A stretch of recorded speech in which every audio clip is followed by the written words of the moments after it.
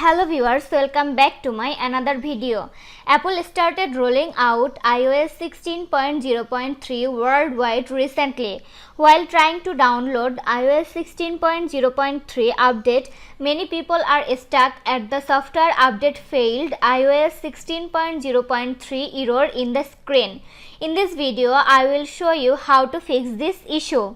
Solution 1. Check internet connection and storage. Since iOS 16.0.3 comes with huge size, iPhone should connect to a stable and robust Wi-Fi connection to maintain stability and complete the installation process. Low or unstable internet may stick users to update requested iOS 16.0.3, preparing iOS 16.0.3 update or software update failed iOS 16.0.3 error. Alongside this, the user should ensure that the iPhone has enough storage space to download and install the iOS 16.0.3 update, since it comes with around 1 GB of space and varies depending on the iPhone model. Solution 2. Delete and download. Many users suggested that deleting the running iOS update and re-downloading it again help many users. So if you are also stuck on iOS 16.0.3 update request,